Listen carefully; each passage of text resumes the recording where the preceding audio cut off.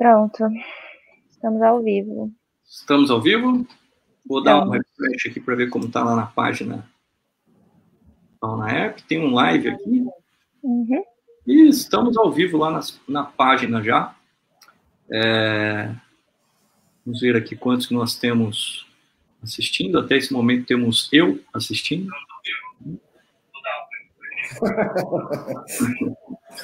Muito bem. Acho que você está me ouvindo aí, Isabela. Você vai ter que cancelar o seu áudio, senão vai... Já fechei aqui. Fechou?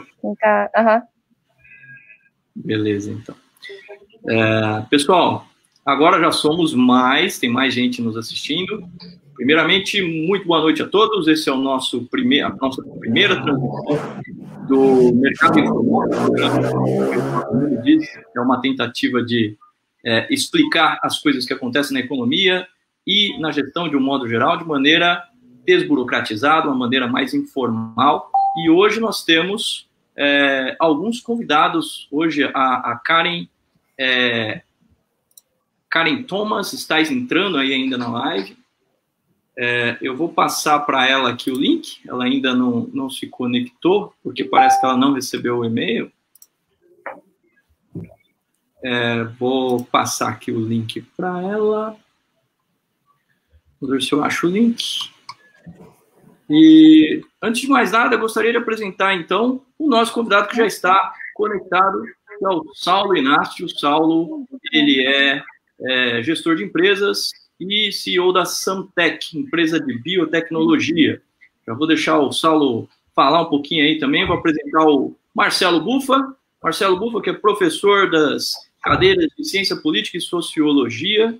Também é uma pessoa com ampla participação aí no movimento político regional, e é uma pessoa que é um grande produtor de textos aí na área de sociologia.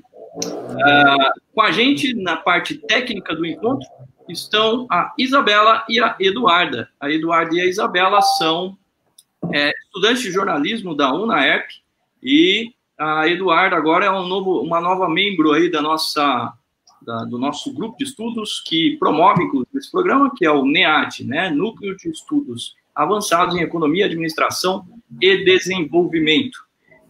Eu vou pedir para o Saulo se apresentar aí um pouquinho, falar um pouquinho dele. Ok, Christian, eu sou o Saulo, como você já disse. Para mim é uma oportunidade muito interessante, eu agradeço o convite para participar deste evento, num formato que a nossa nova realidade vai, aos poucos, impor que seja cada vez mais utilizado, já está sendo muito utilizado, e creio que mesmo depois de passada toda essa situação de pandemia, esses formatos estarão cada vez mais como parte do dia a dia de todos nós. Mas para mim é uma agradável experiência, porque a Universidade de Ribeirão Preto, a UNAERP, faz parte da minha história há muito tempo. Eu sou da segunda turma de graduação em Administração de Empresas da UNAERP. Também fui docente da UNAERP durante um período, antes de me mudar para São Paulo. Fui docente na Faculdade de Administração de Empresas e também na Faculdade de Serviço Social. Depois me mudei para São Paulo, lá eu continuei os meus estudos de pós-graduação e também cursei o mestrado na EASP da GV de São Paulo, e prossegui a minha carreira de magistério também na área de administração de empresas em São Paulo, onde residi por 11 anos e fiz carreira profissional no grupo Philips, holandês, que foi a minha grande escola de gestão, e voltando para Ribeirão Preto para assumir a direção de uma indústria farmacêutica, que na época havia terminado de concluído uma joint venture com uma multinacional europeia, e depois desse período eu permaneci no segmento farmacêutico, onde me associei a uma empresa farmacêutica local e depois fundei a minha própria empresa farmacêutica, que é a Samtec Biotecnologia, que estamos aí nesse desafio de empreender num país difícil, mas promissor, como o Brasil, já há um bom período nessa área farmacêutica. Eu já tenho uma experiência aí de mais de 30 anos no mercado, e por isso que é uma alegria estar presente no evento, podendo debater com todos a questão tão momentosa do coronavírus com a atividade econômica, né? Exato. Que é um problema de saúde pública e, ao mesmo tempo, também é um grave problema econômico pelas consequências que tem trazido para a sociedade de uma maneira geral. De maneira que eu fico à disposição aí no encaminhamento dos temas para debate, e quero cumprimentar os demais participantes todos e, uma vez mais, agradecer pelo convite. Legal, Saulo, muito obrigado aí. Agora acabou de entrar a Eduarda, a Isabela também vai fazer parte aqui desse nosso encontro, e eu queria apresentar o professor Marcelo Buffa, que é um dos professores titulares aqui do nosso programa, que ocasionalmente ocorrerá em um outro formato, evidentemente. Na verdade, éramos para ter estreado já antes da pandemia. Foi exatamente na data que nós gostaríamos de estrear que nós, infelizmente, tivemos que interromper as nossas atividades por conta da pandemia, e aí nós só retomamos agora através da internet, através das lives, e o professor Marcelo Buffa. Agora, acabamos de receber a Karen, que também é nossa convidada. Karen, hello. Bem, Está conseguindo me ouvir aí, Karen? Eu estou ouvindo. Você está me ouvindo? Estamos te ouvindo, sim. Perfeito. Acabamos de apresentar o Saulo, acabei de falar do professor Marcelo Buffa também, que vai ser nosso... vai trabalhar com a gente aí nesse formato de programa, que não vai ser agora, sim, via live sempre. Ele vai ter um podcast, e ele vai ter também a transmissão via web através da rádio UNAERP, inicialmente. Que é o mercado informal. E isso daqui é mais ou menos um teaser do que vai ser o programa, né? O programa vai ter um outro formato, com certeza. Mas o professor Marcelo, por favor, se pudesse se apresentar rapidamente também, para a gente poder introduzir a Karen. É isso aí. Deveríamos deixar a convidada se apresentar, né? Mas como você já me introduziu, porque ela não tinha aparecido, vamos lá. Então, como o Christian disse, né, sou professor aí do curso, né, a princípio, né, sou professor do curso de administração de empresa da UNAERP, né, mas assim como o professor Saulo também, né, ali no curso de serviço social e também aí, no caso, de relações internacionais. Nessas áreas que você colocou, Christian, sociologia e da ciência política, certo? Quero aí, de antemão, dar, então, boa noite para os nossos convidados, obrigado por vir participar. Saulo, obrigado, Karen, vocês estarem por aí. E obrigado, Christian, por ter, no caso, né, eu acho que você aparece como idealizador aí desse programa, pelo convite que me foi feito, para estar com você aí participando, então, todas as quartas-feiras, a princípio, então, nesse formato, mas depois a gente vai, né, tá lá no estúdio da Rádio UNAERP para estar apresentando o programa, tá? Então, o tema é bastante interessante, né?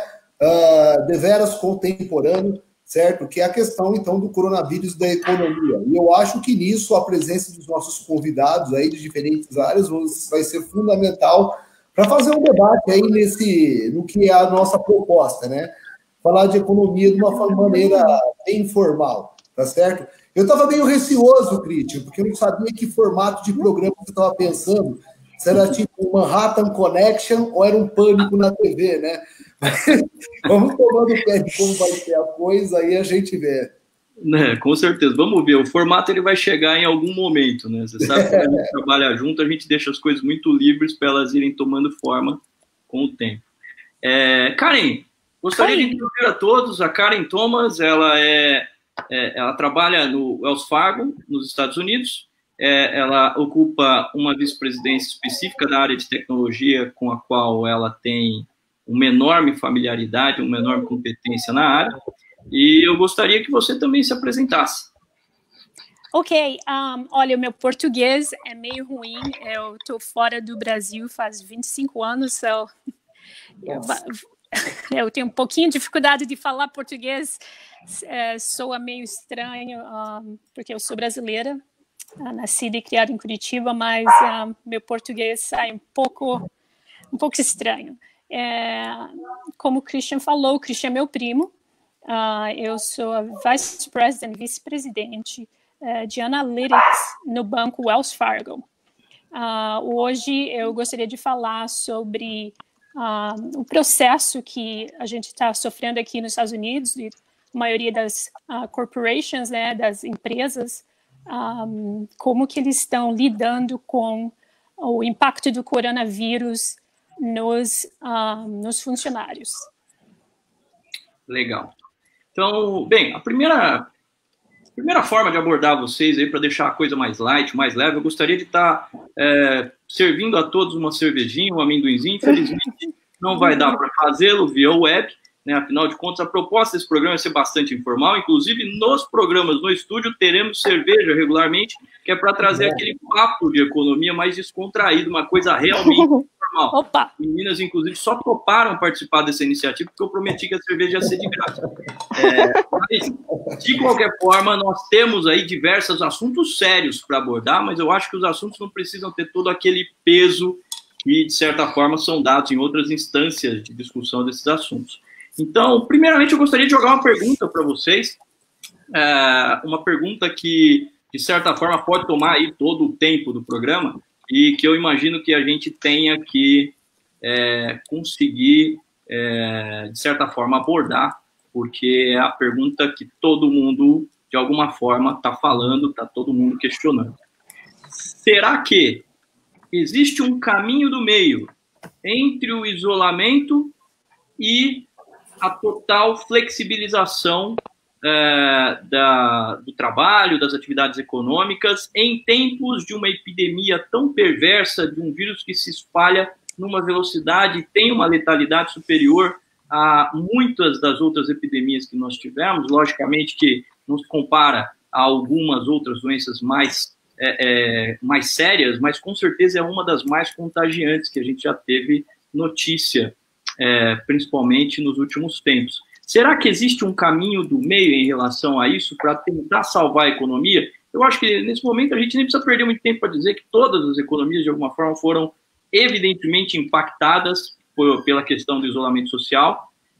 Tem algumas pessoas que defendem muito a flexibilização do isolamento social. No Brasil isso se tornou algo muito complicado porque nós tivemos uma polarização política que atingiu diversas outras dimensões do convívio social, que tange ao convívio e ao poder econômico que nós temos, mas, de certa forma, é um assunto que está dividindo opiniões, não só no Brasil, mas também nos Estados Unidos.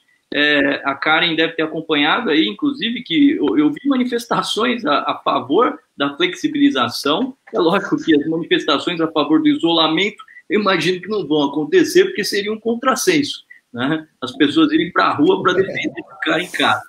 Mas a outra forma ela está sendo bastante evidente, e principalmente no Brasil, e lógico, nós temos o estofo político disso, porque nos Estados Unidos já não, uma vez que o presidente já voltou atrás em muitas das ideias que ele lançava a respeito do vírus, mas no Brasil, nosso presidente continua firme e forte, defendendo uma liberalização do isolamento de maneira um pouco mais geral. Então eu queria jogar a bola para vocês, para tentar entender como vocês veem isso. A Karen já levantou a mão ali, parece que ela está muito ansiosa para falar. Por favor, Karen, diga para a gente o que você pensa. Olha, é o seguinte, essa história de isolamento, claro que se a gente pudesse, botava 100% das pessoas do mundo em isolamento e ninguém saía, right? Não, obviously, a gente não pode fazer isso, né? Nos Estados Unidos, a gente tem 30 milhões de desempregados. 30 milhões. A última pandemia, que em 1918 e depois veio a Grande Depressão, a gente teve 15 milhões de desempregados. Então, aqui nos Estados Unidos, o pessoal está quase indo em guerra civil, sabe? Eles não estão aceitando ficar em casa. Por pessoas como eu, que sou, como é que fala? Privilegiadas, que podem trabalhar em casa, fazer home office, eu não tenho nada a reclamar. Por mim, eu ficaria em casa para sempre. Eu não quero ficar doente, eu não quero pegar esse COVID, e todo mundo da minha área também it's okay, todo mundo quer ficar em casa. Mas, pessoal de waitresses, como é que fala? Garçonete, pessoal que trabalha em restaurante, pessoal, professores de elementary school, da escola, motorista de Uber, enfim, todo mundo que não pode trabalhar em casa. Eles querem voltar a trabalhar porque o governo não está ajudando. Eles receberam $1.200, que nos Estados Unidos, $1.200 não compra nada, não paga nada, e o seguro-desemprego... Manda pra gente, viu, Karen? Pode mandar os $1.200 pra gente, porque tá R$6. Pois é, mas anyway, então, o pessoal quer voltar a trabalhar e eles querem retomar a economia. However, só que a economia nunca mais vai voltar ao normal no mesmo nível que estava antes, right? Não vai voltar. Por exemplo, lançou um artigo no New York Times que as companhias de Nova York e de Manhattan estão planejando para o pessoal ficar em casa indeterminadamente. No meu banco, eles não têm previsão para a gente voltar ao trabalho normal.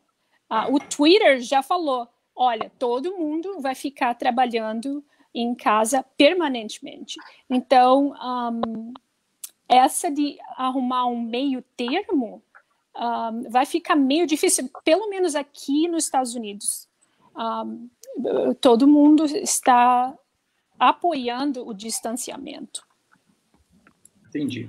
Saulo, o que você acha a respeito disso? Eu acho que a Karen tocou num ponto que é fundamental, é um divisor de águas, na minha opinião. Eu concordo com o que ela disse. Eu acho que nós não vamos voltar àquilo que a gente considerava o normal antes da pandemia, até porque algumas coisas boas estão acontecendo. Por exemplo, isso que nós estamos fazendo agora é uma coisa boa. Nós estamos fazendo uma reunião com uma pessoa em Nova York, uma pessoa aqui na zona sul de Ribeirão Preto, outra pessoa na zona oeste de Ribeirão Preto, enfim. Isso é uma coisa boa, porque nós todos estamos aprendendo que a utilização de outros formatos de interação entre as pessoas, não só é mais econômico, mais eficiente, mas também é mais inteligente do que você gastar todo um monte de energia, logística e tudo mais, para colocar um monte de pessoas numa sala discutindo presencialmente, quando essa discussão pode perfeitamente ser feita, como estamos fazendo aqui agora. Poderia ter, por exemplo, alguém de Pequim, nesse momento, aqui junto com a gente, ou de Londres, ou de Moscou, enfim. A tecnologia hoje permite isso tudo. Essa tecnologia já estava disponível antes da crise, só que agora ela passou a ser usada de uma maneira muito mais ampla, e isso é bom. Mas a Karen tocou num ponto que, para mim, é o divisor, que é o seguinte: o aspecto econômico da crise tem a sua crueldade no sentido que ele atinge de maneira expressiva o pequeno negócio. Ela citou os restaurantes. Eu sentei num restaurante em Paris no ano passado, num sábado, na hora do almoço, por volta de meio-dia, meio-dia e meio. Eu fiquei surpreso com o seguinte: eu não sabia que a gastronomia já havia se tornado um negócio tão gigantesco assim no mundo. Naquele bloco, naquele quarteirão que eu sentei, 120, os quarteirões em Paris são maiores do que aqui no Brasil, tinha mais ou menos uns 120 metros. Ali tinha 5 ou 6 pequenos restaurantes de um lado da rua, do outro lado tinha mais um tanto desse. Então, em apenas um bloco, nós tínhamos ali mais ou menos 12 ou 13 restaurantes, todos lotados e com pequenas filas na calçada, aguardando assento nas mesas para poder tomar a refeição fora de casa. Imagine a quantidade de garçons, garçonetes, cozinheiros, maîtres, chefes de cozinha que estão empregados nesse negócio. No dia seguinte, no hotel, estava tendo uma reunião e eu conheci ali um assessor econômico do Departamento de Economia do Ministério, lá o nome é outro, mas o Ministério de Economia da França. Então, ele me dizia o seguinte: olha, você está tocando num ponto crucial, porque num sábado, na hora do almoço em Paris, cerca de 2.800.000 pessoas sentam para tomar a sua refeição fora de casa. Se você considerar que são 5 sábados no mês, nós estamos falando de 12, 13 milhões de pessoas só no almoço de sábado. Se você considerar um ticket médio aí de 30 euros por refeição, nós estamos falando de uma montanha de dinheiro no mês, e se você anualizar isso, só o almoço de sábado rende, no mercado de gastronomia de Paris, não é da França, de Paris, algo como $500 bilhão por ano. Se você explodir isso para a França inteira, que é um país que tem um turismo muito grande, e que as pessoas estão habituadas, não só no sábado, mas no sábado à noite, no jantar também, no domingo, no almoço, durante a semana, o mercado gastronômico de Paris e do mundo é gigantesco. Talvez já... Depois eu vi um estudo econômico que mostra que a gastronomia e o turismo já são os 2 maiores mercados do mundo. Coincidentemente, são 2 das áreas que estão mais fortemente, talvez as áreas mais fortemente por essa crise. Olha a quantidade de trabalhadores, eu citei alguns, são trabalhadores qualificados.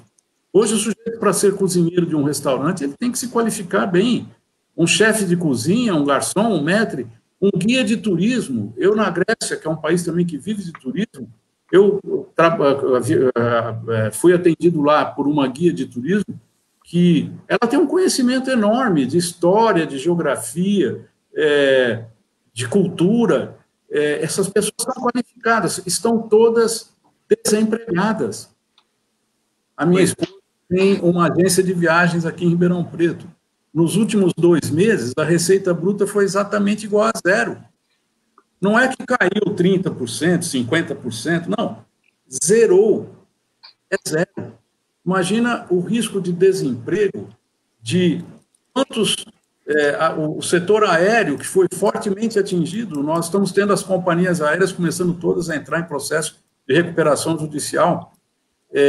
Então, é claro que tem que haver um meio termo, respondendo à sua pergunta, Cristian. É óbvio que tem que ter um meio termo.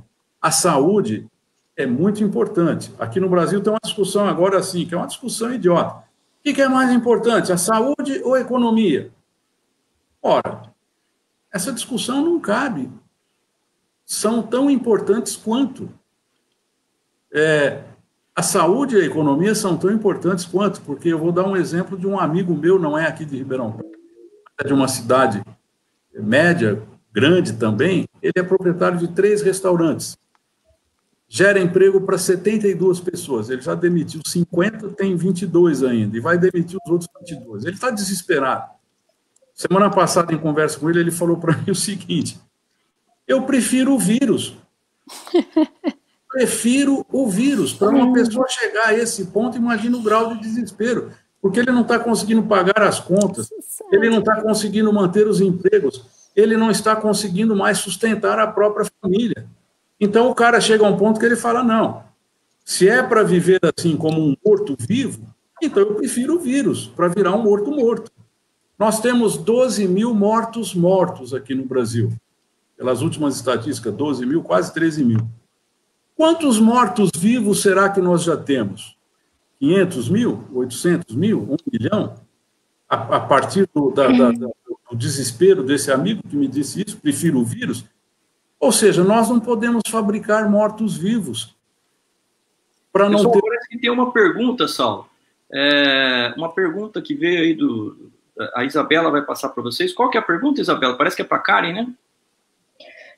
Eu queria voltar um pouquinho no que a Karen estava falando, quando você comentou a respeito dos $1.200 com que alguns americanos estavam tendo que se virar para pagar conta e tudo mais. Eu queria te perguntar se isso seria o equivalente ao que é o auxílio emergencial aqui no Brasil, que é de R$600, e como foram os critérios para decidir quem seria beneficiado com esse aporte.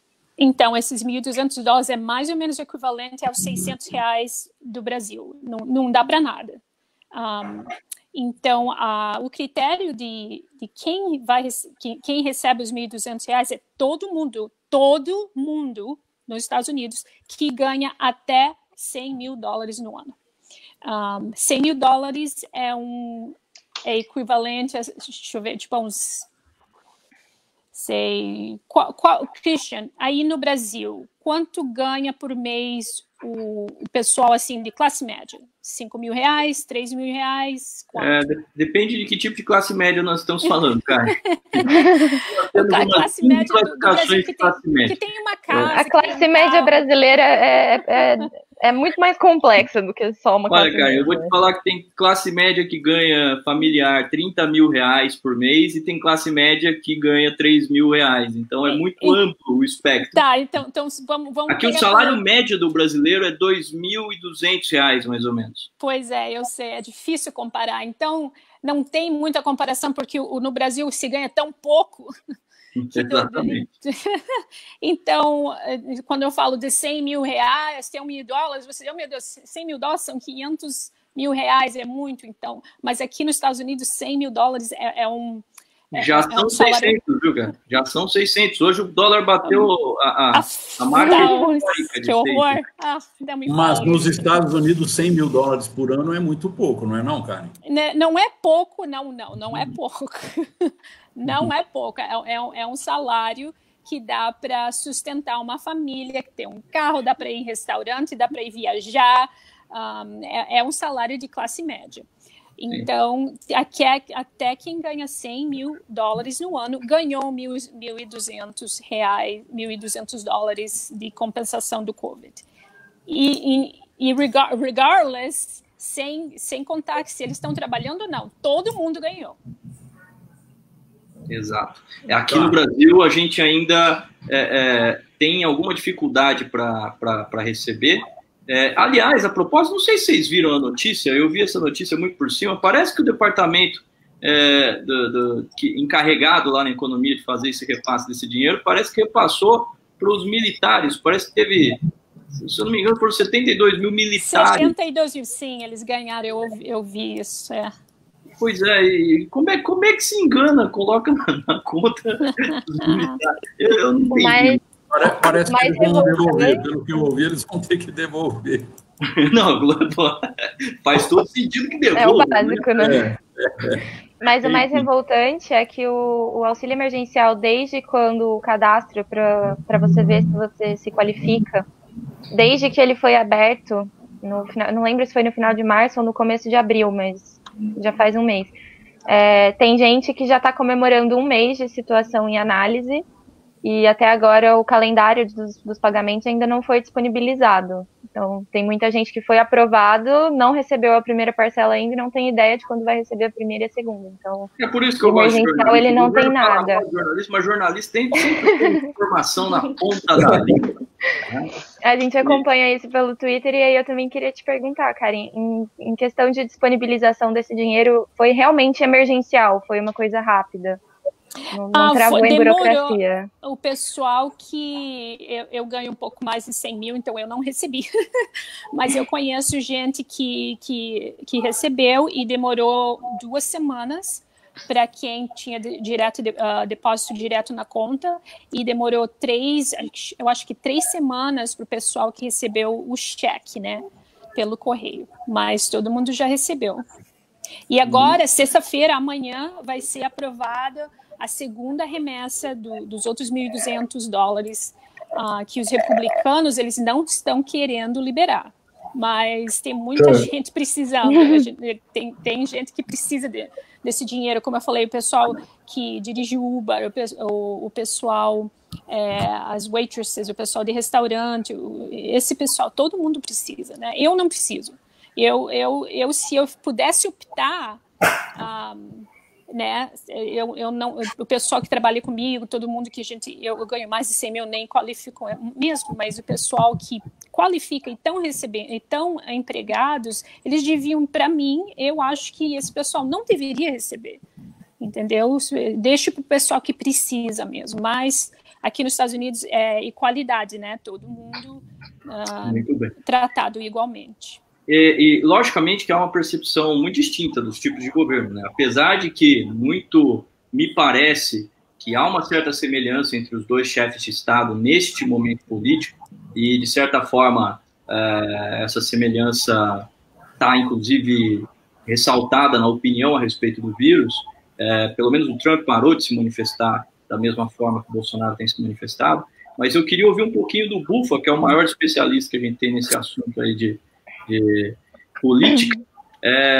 O que a gente pode assemelhar daquilo que a gente está assistindo aqui, daquilo que o pessoal lá está passando? Eu sei que você acompanha muito o cenário internacional, por ser professor dessa cadeira também, e, de certa forma, a gente, principalmente a imprensa, está apontando muito para algumas, vou tentar ser eufemista nesse caso, inépcias da ação pública, né?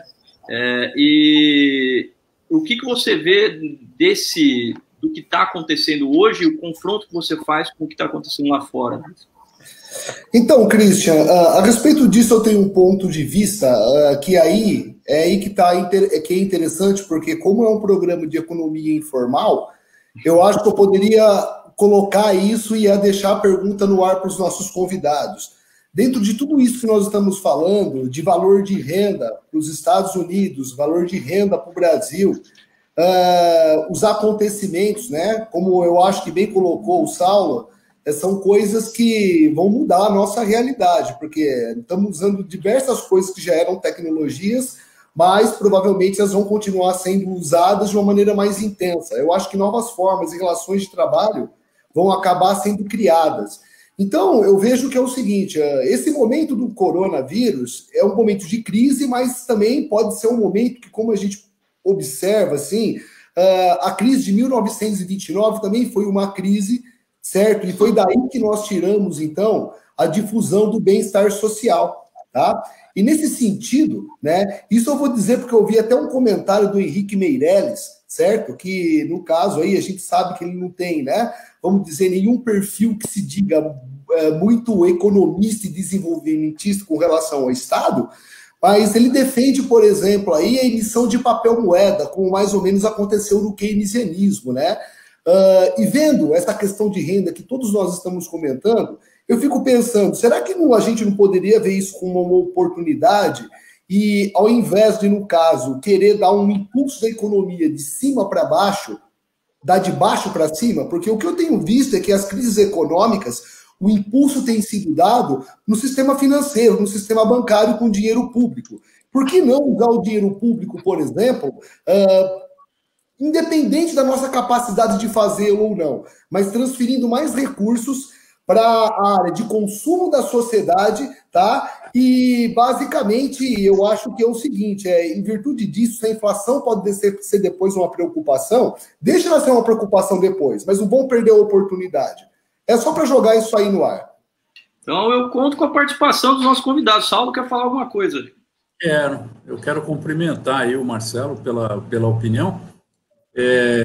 A economia, recentemente, no Brasil, mas pelo que eu acompanho também no mundo, a economia vem progressivamente dependendo muito mais do seu desenvolvimento, dos pequenos negócios do que das grandes estruturas. Isso é visível, isso é evidente. Então, eu tenho um dado de 2019, 92% dos novos empregos gerados no Brasil foram gerados pelo micro e pelo pequeno negócio.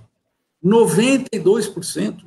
Então, quando nós falamos em política de estímulo econômico, nós temos que pensar em injetar capital, injetar recursos, ainda que públicos. Eu não gosto muito do governo, mas se o governo vai ter que fazer alguma coisa, já está fazendo. Nós não vamos agora ter ilusão com relação a isso. A carne é do mercado financeiro, então, ela provavelmente já sabe, o Wells Fargo é uma instituição exemplar, muito bem gerida. Na crise, eu comentava com o Christian um pouquinho antes, na crise de 2008, 2009, o Wells Fargo foi considerado uma das possíveis soluções para a crise, porque era um banco que tinha um padrão de gestão diferente e estava muito capitalizado, e até hoje segue sendo uma organização exemplar. Então, obviamente, tem lá suas informações.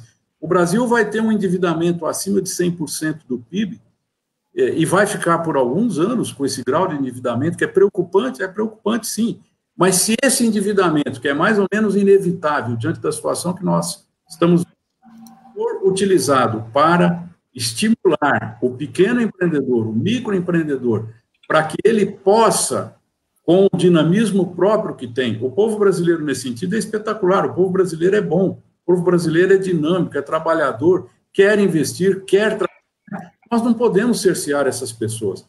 Claro que não podemos ser irresponsáveis. Voltando agora ao ponto do Christian. Qual é a solução intermediária? Nós temos que liberar progressivamente a economia, porém com cuidados. É evidente que nós não queremos ter um recrudescimento, uma nova onda de contaminações. Nós temos que fazer com que essa abertura seja progressiva e responsável. O que significa ser responsável nesse caso? Seguir aqueles cuidados básicos e preventivos. O meu negócio é na indústria farmacêutica. A indústria farmacêutica, tanto, porque ela já tem procedimentos rigorosos. Quer dizer, o profissional na indústria farmacêutica ele tem procedimentos rigorosos para entrar no ambiente de produção, para sair do ambiente de produção, ele tem que se paramentar, ele tem que fazer uma asepsia, ele tem, enfim. Para nós, trazer isso, que já é o nosso dia a dia, para as demais áreas da empresa, que são as áreas administrativas, back-office, logística, etc., não foi muito difícil. Só que isso, eu fiquei feliz, porque um grupo de funcionários nossos procurou os nossos profissionais técnicos, que são basicamente farmacêuticos bioquímicos, porque queriam adaptar as normas que nós seguimos na empresa, que são extremamente estritas, para os seus ambientes familiares e domésticos, ou seja, para as suas casas.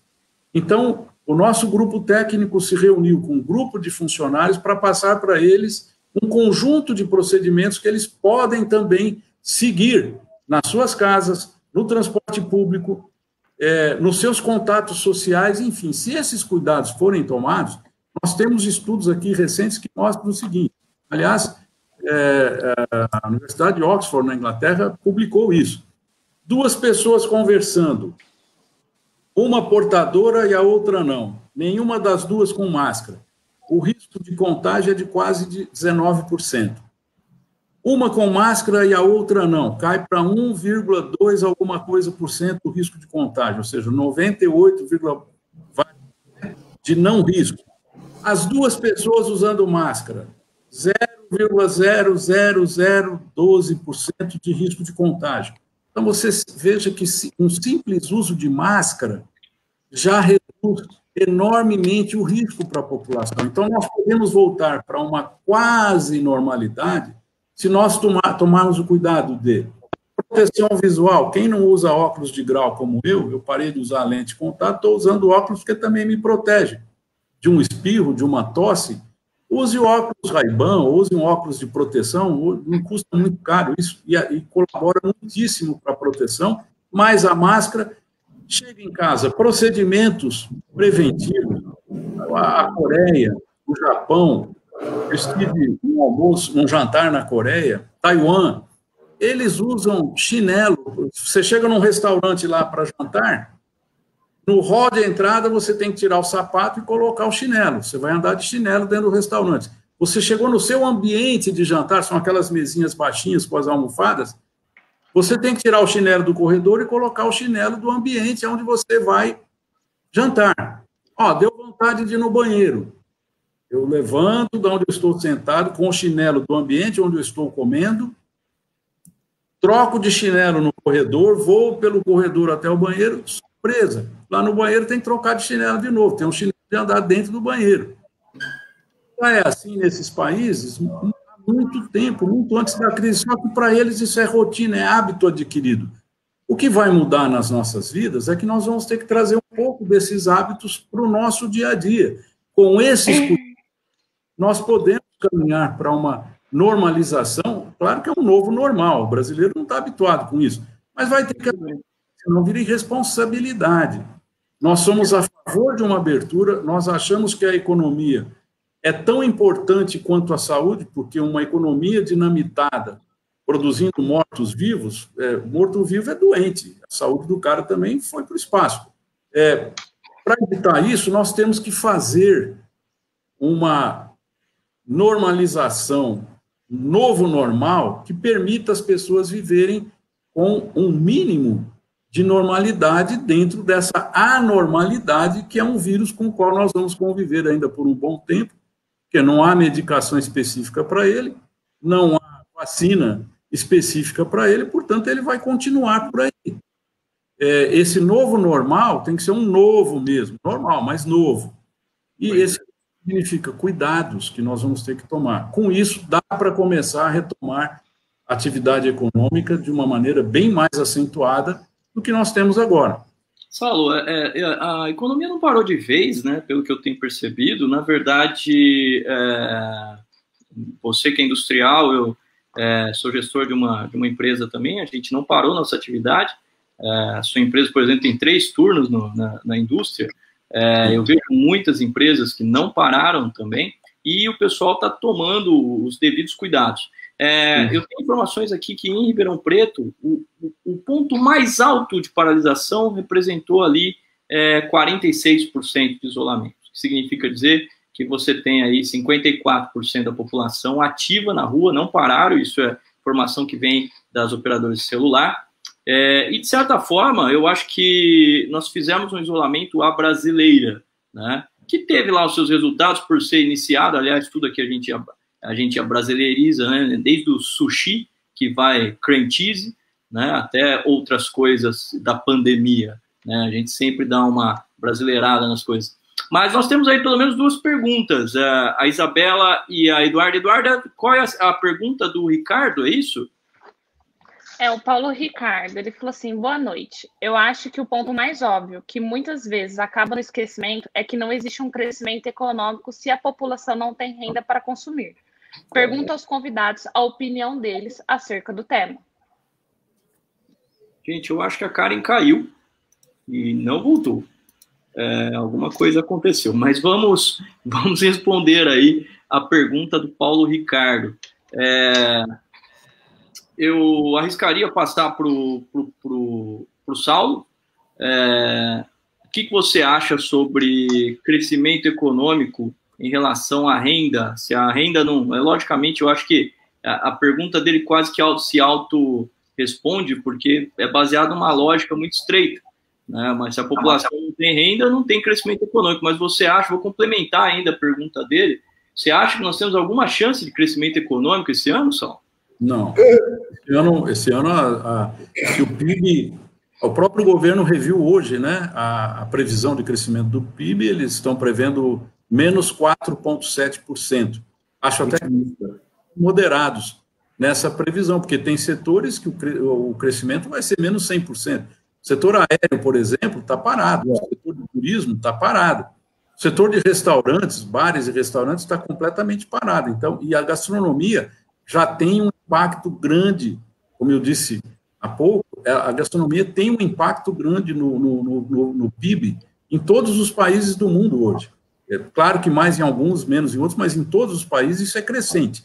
Então, quando você tem todos os bares e restaurantes parados, na maioria são pequenos e médios empresários, microempresários até, esse pessoal está sem renda nenhuma. Então, é evidente que isso é um impacto. O Paulo Ricardo está certo, sem que o sujeito tenha renda, como é que ele vai consumir, como é que vai ter crescimento econômico? Se o dono do pequeno restaurante não tem renda, como é que ele vai pagar a mensalidade da escola das filhas e dos filhos? Como é que ele vai pagar a mensalidade do carro? Como é que ele vai tomar o Uber para ir trabalhar, se ele for usuário de Uber? Então, o impacto econômico da perda de renda desse pequeno empreendedor, desse microempreendedor, é brutal. Então, esses segmentos do empreendedorismo de pequeno porte é que eu acho que tem que ser fortemente estimulado. O governo, o Paulo Guedes parece que tem agido nesse sentido, o governo está, a cada dia que passa, está anunciando, para o setor de turismo foi anunciado ontem, para pequenos investidores, para pequenos empreendedores, parece que também tem vindo medidas aí, estão falando até de que em alguns segmentos vão liberar dinheiro a fundo perdido. Eu sou, embora um economista ortodoxo possa sentir até alergia a ouvir falar disso, dinheiro a fundo perdido, dinheiro público a fundo perdido, mas se for para o pequeno empreendedor, para o microempreendedor, eu acho que é válido, porque vai de encontro a isso que o Paulo Ricardo está perguntando. Eu preciso fazer com que esse espírito empreendedor, que é típico do povo brasileiro, do pequeno, do médio empresário, do microempreendedor, que esse pessoal não perca o pique, porque se eles perderem o pique, a situação vai de mal a pior. Então, esse é é preciso nós atenuarmos, que o PIB vai cair, é inevitável, mas é preciso que a gente faça com que essa queda seja a menos intensa possível. Entendi. Bem, eu queria falar um pouquinho sobre esse assunto ainda, recuperando um pouquinho aí o endividamento brasileiro. O endividamento brasileiro hoje, ele, em relação ao PIB, demanda aí da conta de 75,8%, isso atualizado de acordo com dados de fevereiro. Logicamente que existe um gás aí para gastar, uma vez que nós podemos comparar com nações como o Japão, por exemplo, que está acima de 228% de endividamento em relação ao PIB. Os Estados Unidos, que já passou há algum tempo de 100%, no governo Obama houve ali uma oscilação disso ao longo do governo, chegou no governo agora do Trump, temos som aí, chegou no governo do Trump, também houve uma oscilação, mas está lá em torno dos seus 100 e poucos por cento. Ou seja, nós temos gás para queimar ainda, né? Nós temos ainda, em relação aos outros países desenvolvidos, logicamente que a gente não tem os mesmos meios de produção que eles, nós ainda temos uma possibilidade de incrementar. A Karen tá tentando voltar aí, mas eu acho que a câmera dela não tá entrando. Mas ela tá chegando, chegou.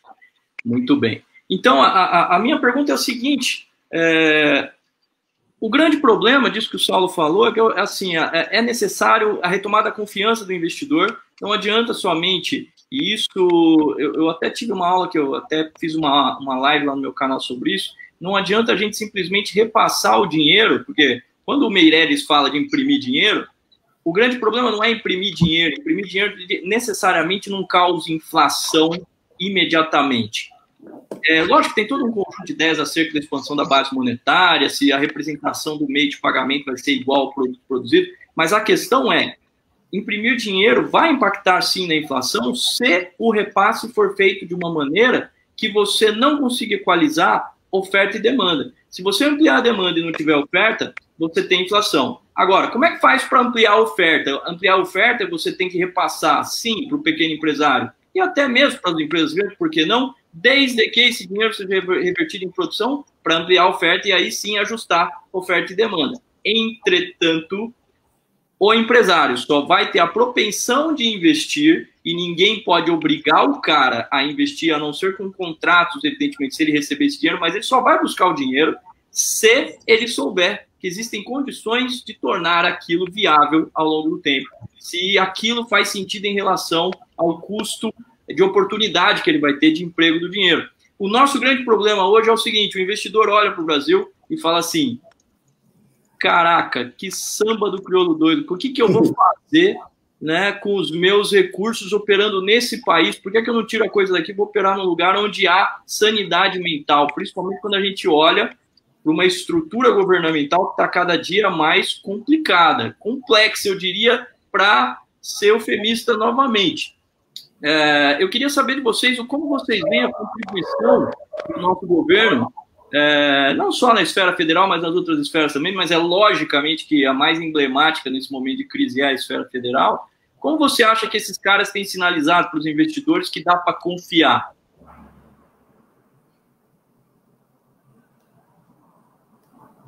Qualquer um de vocês, vocês estão livres. Quem quiser falar. Eu imagino que a Karen tem bastante coisa para falar disso, porque ela também sofre lá nos Estados Unidos com um governo federal que às vezes dá uns impactos. É lógico que, né, o investidor olha para os Estados Unidos e sabe que os Estados Unidos são a última nação do mundo a quebrar caso tenhamos uma hecatombe, né? Mas... Olha, é o seguinte, vocês podem estar me ouvindo, o meu telefone morreu. Perfeitamente, estamos sim. Ok.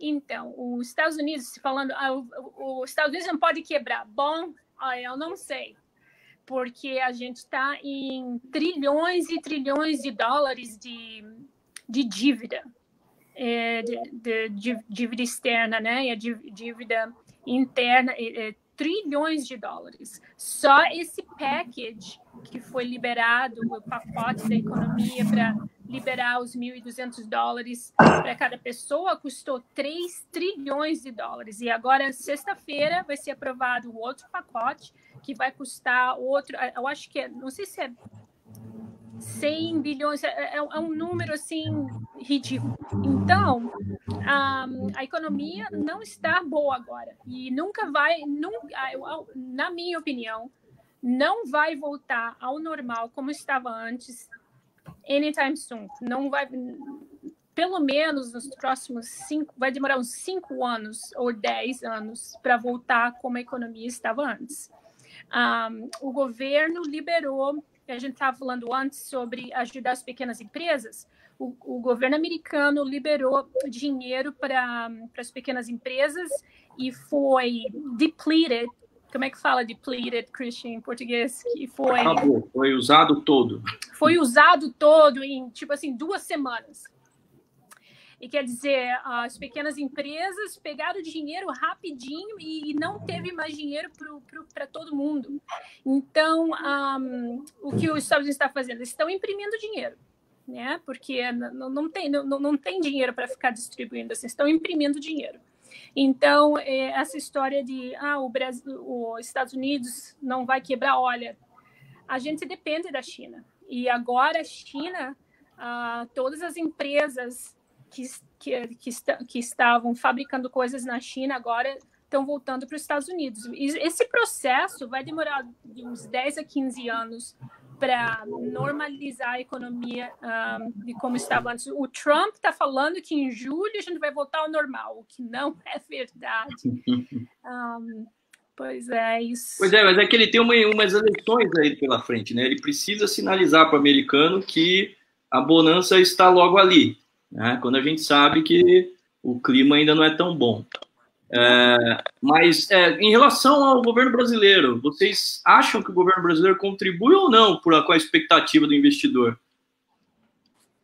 Eu acho, Christian, que o governo brasileiro, do ponto de vista de expectativa do investidor, ele é o grande símbolo, o grande ícone. Não é o presidente, obviamente, porque ele fala que não entende nada de economia o tempo todo. O grande ícone é o Paulo Guedes. Paulo Guedes, a gente tem que admitir que ele entende de economia. Paulo Guedes é um liberal da Chicago University. Ele não gosta de imprimir dinheiro. Tem um pouco de razão, porque uma coisa é imprimir dinheiro nos Estados Unidos, que tem a moeda de troca mundial. Outra coisa é imprimir dinheiro no Brasil, que tem a moeda não conversível. O impacto inflacionário no Brasil seria maior ao imprimir dinheiro do que nos Estados Unidos.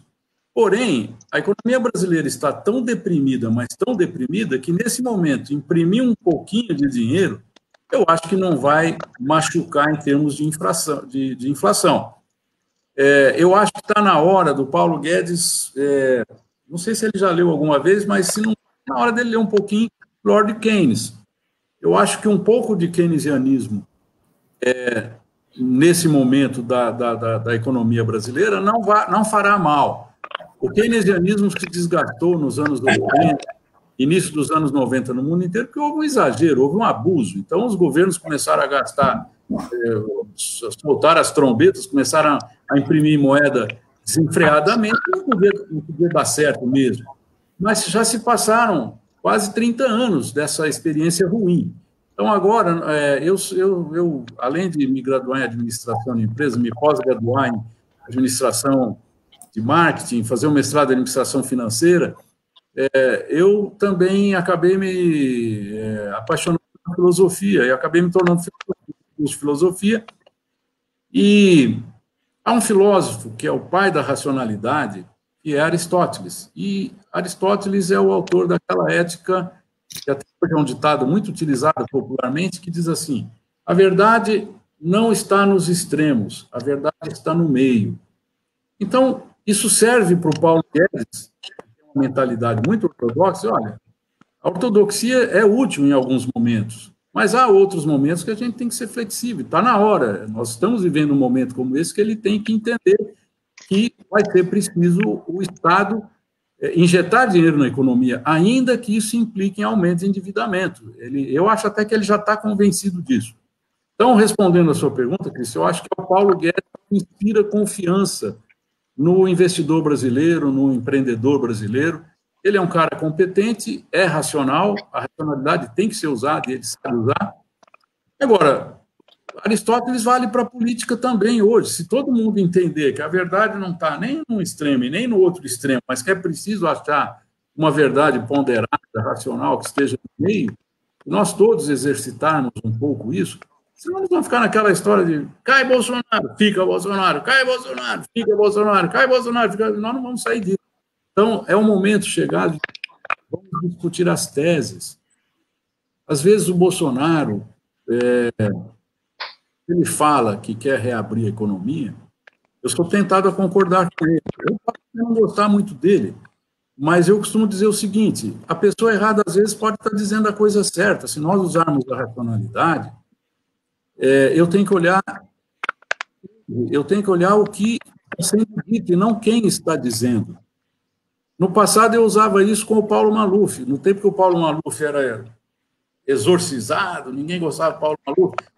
O PT tinha até inaugurado um verbo que chamava malufar. Quando queria acusar alguém de estar fazendo coisa errada, esse cara está malufando.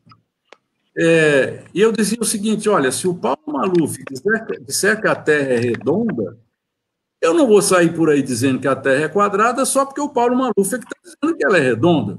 Agora, mesmo para o Bolsonaro. Se o Bolsonaro... Dizem que o Bolsonaro não vai falar que ela é redonda e dizem que ele acredita que ela é plana. Mas, se ele falar que é redonda, eu não vou sair por aí dizendo que é plana ou quadrada só porque é o Bolsonaro que está dizendo que é redonda e eu preciso discordar do Bolsonaro. Então, o que eu vou analisar é o que está sendo dito, para saber se eu concordo com o que está sendo dito ou não, e não quem é que está dizendo. E é isso que eu acho que está faltando um pouco no Brasil de hoje. Talvez um pouco também nos Estados Unidos com relação ao Trump. Quer dizer, o Trump pode ser a pessoa errada e, de repente, ele está dizendo algo certo. Eu tenho que analisar o que está sendo dito, e não quem é que está dizendo. Mas será que eles estão dizendo as coisas certas? Algumas coisas, sim. Outras não. É lógico que nós viemos num cenário tenebroso no âmbito ético da política, e nós substituímos por um outro cenário que talvez não seja... talvez seja oposto pelo vértice tão antiético em algumas coisas como era antigamente. Mas eu tenho uma certa dificuldade em conseguir entender o discurso do governo, mesmo porque eu acho que eles mesmos têm essa dificuldade. Eles trocam muito de opinião a respeito das coisas, né? Eu também tenho dificuldade. Então, a Isabela ia falar alguma coisa, Isabela? Tem alguma questão aí pra gente ou não? Não, né? Não, eu ia perguntar a opinião da Karen. Karen, o que você acha a respeito da disso? conduta do Paulo Guedes? Olha, como eu falei, os Estados Unidos está numa posição vulnerável e o Trump não quer, como é que fala, admitir que os Estados Unidos está quebrado, que a gente não está no top of the game, como ele fala, que a gente precisa da China, e para ele não quer, antes mesmo desse COVID começar, ele já estava colocando sanções contra a China, e agora ele quer todas as fábricas americanas fora da China, né, para começar Acho que, inclusive, há uma similaridade entre a situação do Brasil, que antes do começo da crise, nós vínhamos com um desempenho econômico inferior ao governo anterior do Temer. Que, aliás, o governo do Temer surpreendeu a todos, porque foi um governo que conseguiu fazer uma recuperação extraordinária do ponto de vista econômico. Logicamente, não vou discutir sobre a ética, que, de certa forma, nós tivemos... E concordo com você, Cris. Em curto prazo ele fez isso. Em curto prazo, exatamente. Nos Estados Unidos, nós tivemos o mesmo processo quando entrou o Trump, teve uma manutenção dos níveis econômicos e, de repente, parece que a coisa começou a degringolar. E aí surge o vírus, a mesma coisa aqui no Brasil. Surge o vírus. E aí, todo mundo agora atribui o mau desempenho à questão do vírus. É o que me deixa um pouco preocupado em relação à fórmula. Será que a fórmula estava realmente funcionando? Ou será que, né, antes que a coisa ficasse muito evidente, antes que o pessoal começasse a mostrar as partes íntimas, apareceu uma tarja preta do que é esse vírus e a gente está acreditando que essa crise é por conta do vírus? Óbvio que foi muito potencializado por parte do vírus. O que vocês acham?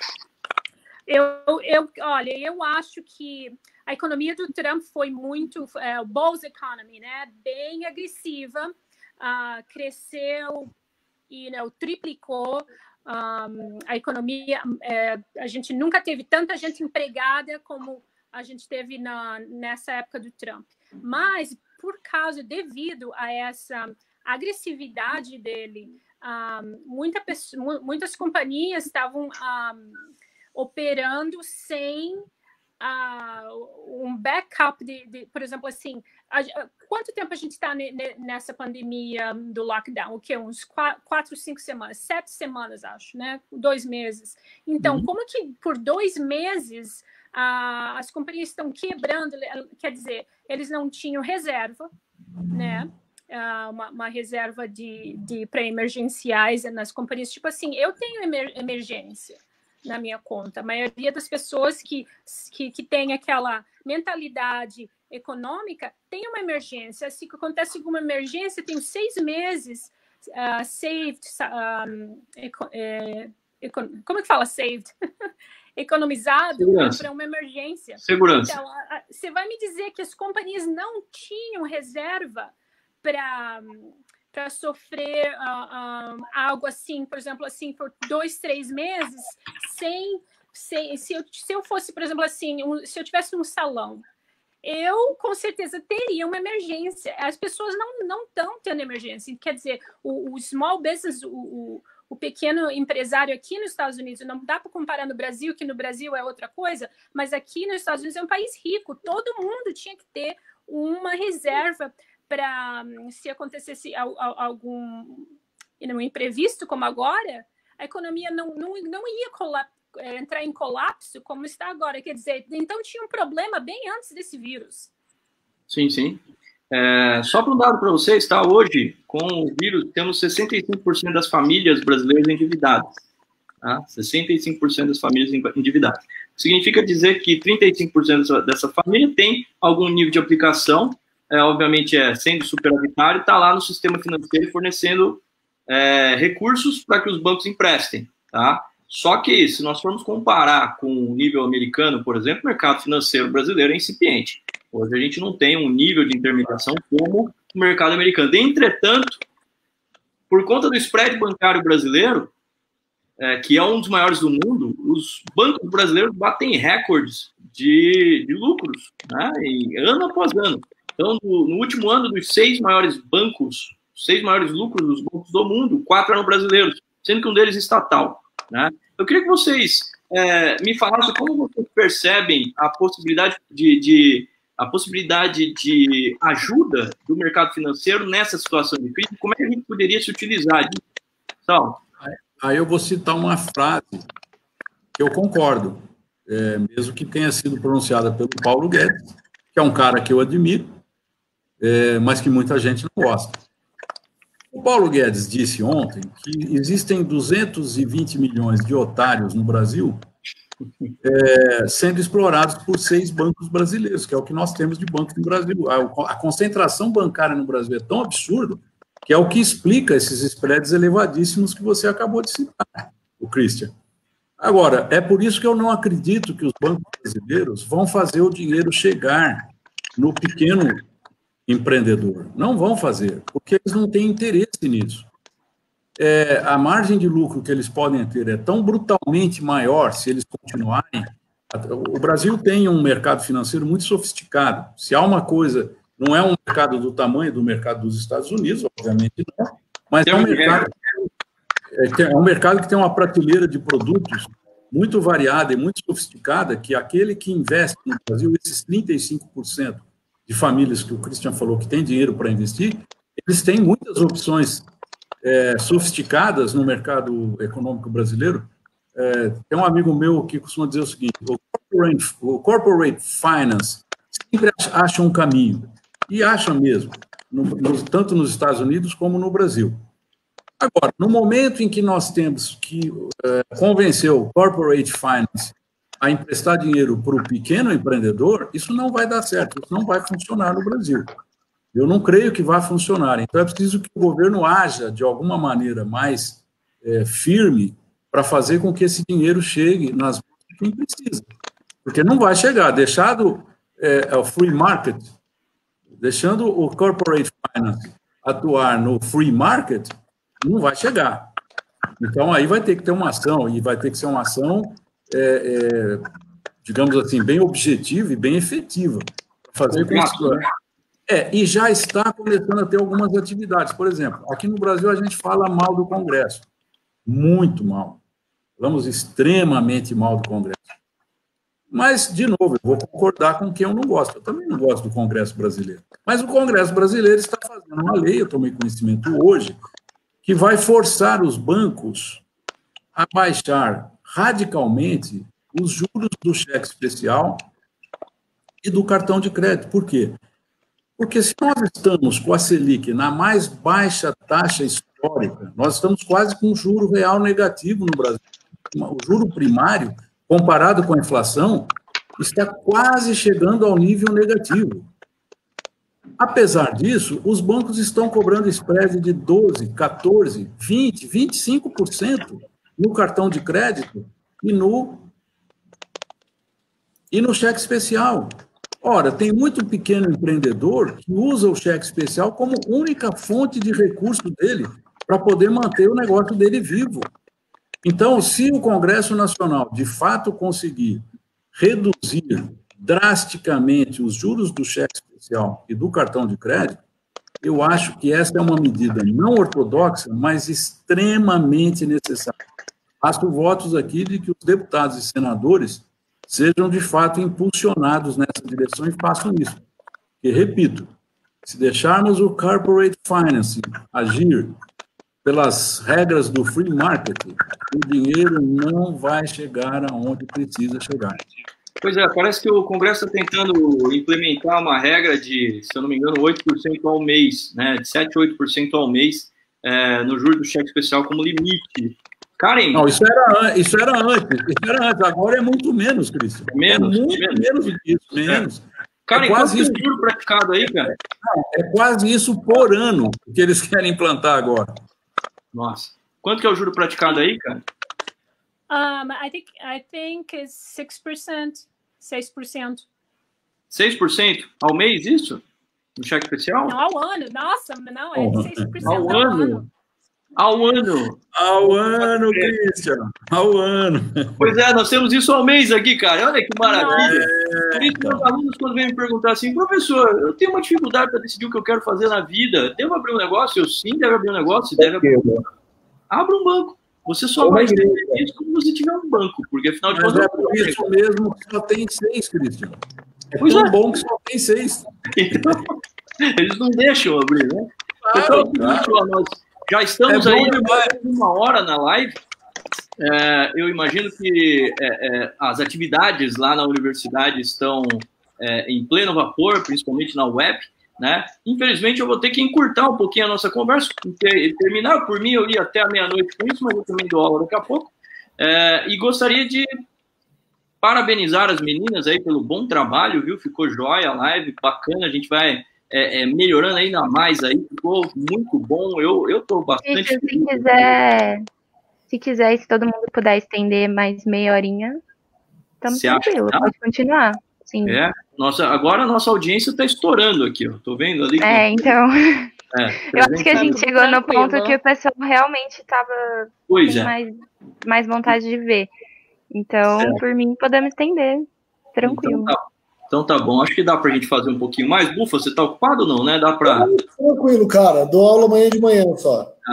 Então tá. Então eu vou estimulá-los um pouquinho mais na área da Karen, que é a área bancária. Karen, a gente sabe que a economia toda hoje está apoiada nessa dicotomia entre produção, né, e adiantamento de produção, ou seja, você, que é mais ou menos o que a sua área faz, você adianta recurso para as pessoas e fica aguardando as pessoas realmente produzirem e te devolver esse recurso, que é o que os intermediários fazem hoje, né? Ou seja, há todo um fator de multiplicador bancário, muito estudado, inclusive, no keynesianismo, tá? Eles utilizaram bastante de modelos para definir a expansão da renda na economia. E a Karen hoje trabalha num desses intermediários, né, que aloca lá na frente. Entretanto, uma das componentes que faz com que o custo do dinheiro no Brasil seja tão alto nos bancos comerciais, além da falta de concorrência que o Paulo acabou de evidenciar, é o risco. Nós temos um risco muito grande das coisas não se concretizarem. A cada 10 empresas que são abertas, muitas empresas que são abertas no Brasil, em 5 anos você vai ter 8 fechadas, tá? Numa transitoriedade típica já do nosso sistema. A minha pergunta é a seguinte, Karen. Como que vocês conseguem enxergar aí de fora, quando vocês olham para o Brasil, o potencial de investimento no Brasil? Nós somos um país de risco, como as agências de rating já estão nos julgando desde o final do governo Dilma, ou você entende que não, existem outros caminhos para avaliar isso? Afinal de contas, nós só vamos ter dinheiro disponível para investir se o risco diminuir. Nos Estados Unidos, é muito mais fácil o investidor americano investir aí hoje, apesar de sabermos que, né, as taxas de retorno são menores, do que aqui. Como você consegue enxergar isso? Olha, investir no Brasil, o investidor vai olhar assim, qual que é a situação econômica do país? É uma economia estável? Não, não é estável. A pessoa que vai investir no Brasil vai querer fazer dinheiro bem rápido, investe 1, 2 meses, faz dinheiro e tira o dinheiro.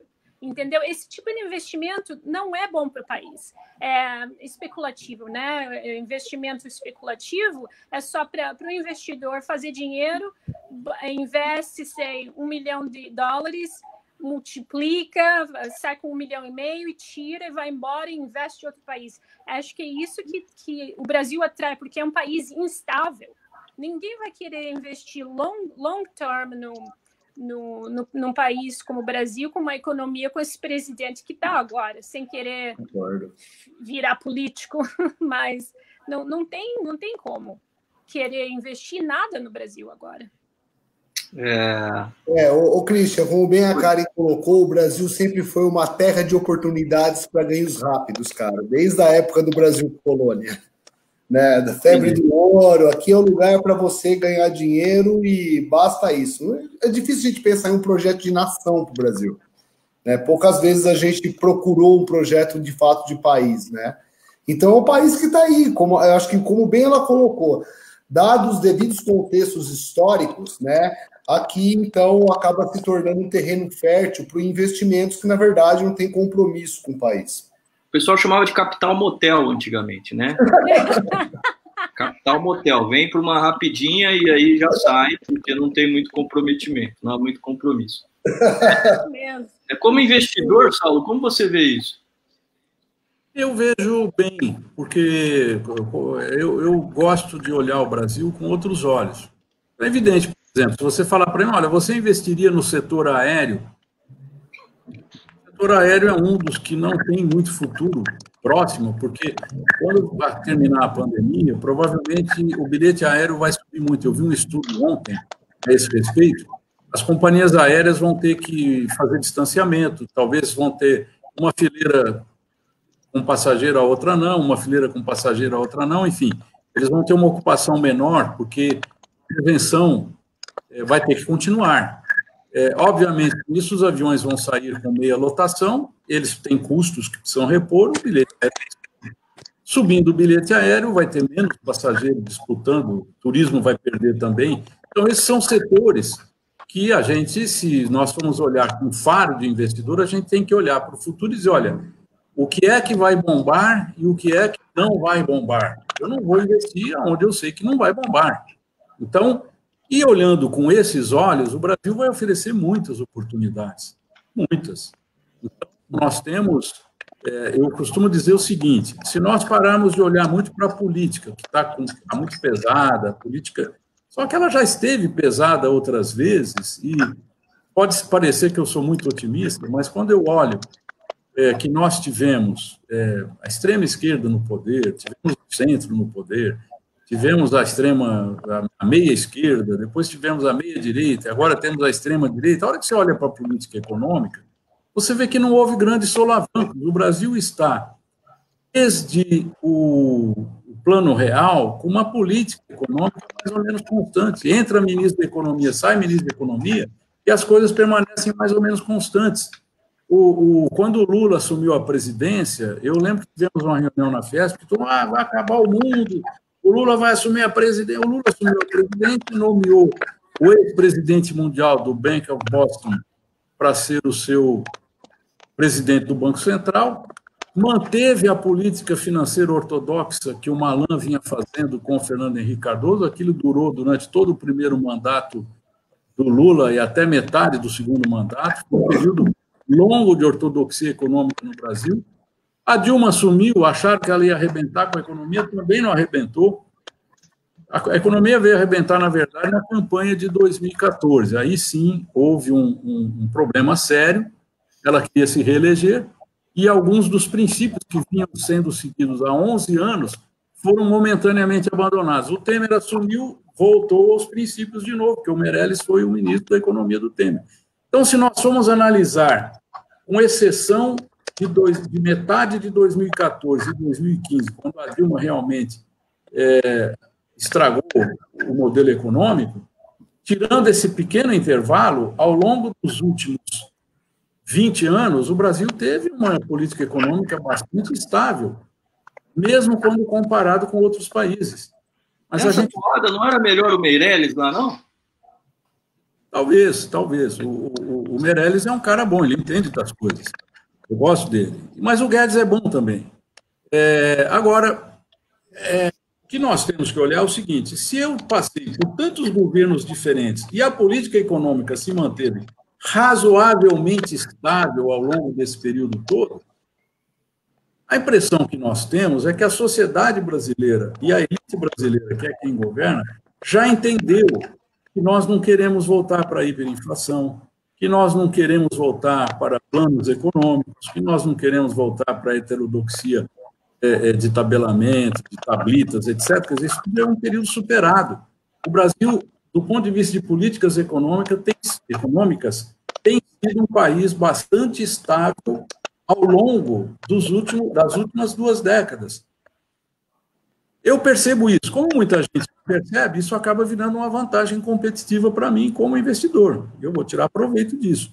Então, eu costumo dizer para quem tem conversado comigo ultimamente o seguinte: meus amigos, nós somos um povo trabalhador, empreendedor, bem-humorado, otimista. Não percamos isso.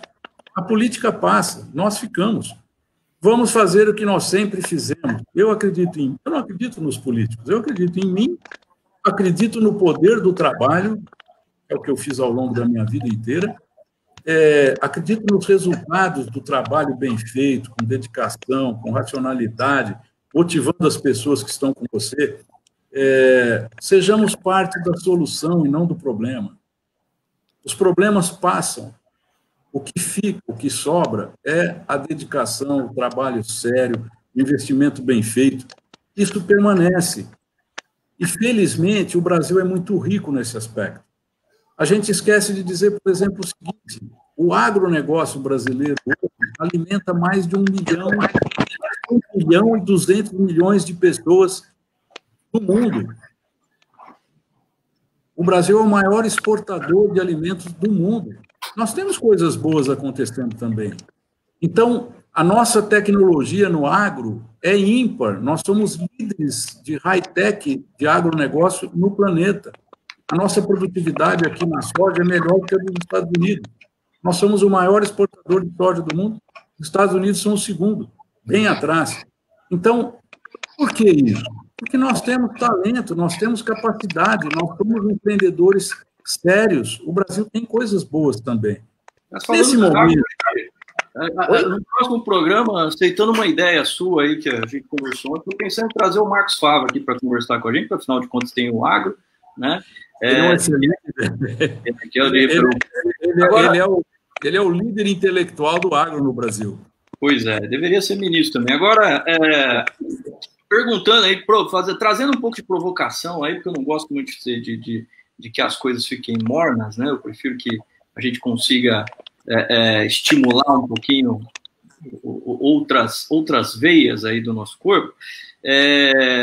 tradicionalmente o Brasil ele tem sido muito bem sucedido em eleger vices, né? Agora, os titulares das pastas nem sempre são os melhores cotados. Eu me lembro que os últimos presidentes, sempre o vice era muito melhor que o presidente, era impressionante, né? Tirando o Fernando Henrique, que talvez estivesse muito melhor que o Marco Maciel ali no primeiro momento, mas quando a gente vai falar do Lula, se a gente olha para o José Alencar, é um outro nível, né? O José Alencar tem um outro nível de postura administrativa. A Dilma reverteu ali para o Temer, quando pegou a paçoca, pelo menos na área econômica, desenvolveu bem. Antes disso, o Collor teve aí o Itamar, que trouxe o plano real, né, que de certa forma desempenhou muito bem do que o seu antecessor. E não dá para falar muito do anterior, porque o anterior era vice, né? Então, ele já assumiu o vice direto, não teve como assumir. Vocês acham que isso reflete um pouquinho da imaturidade da democracia brasileira?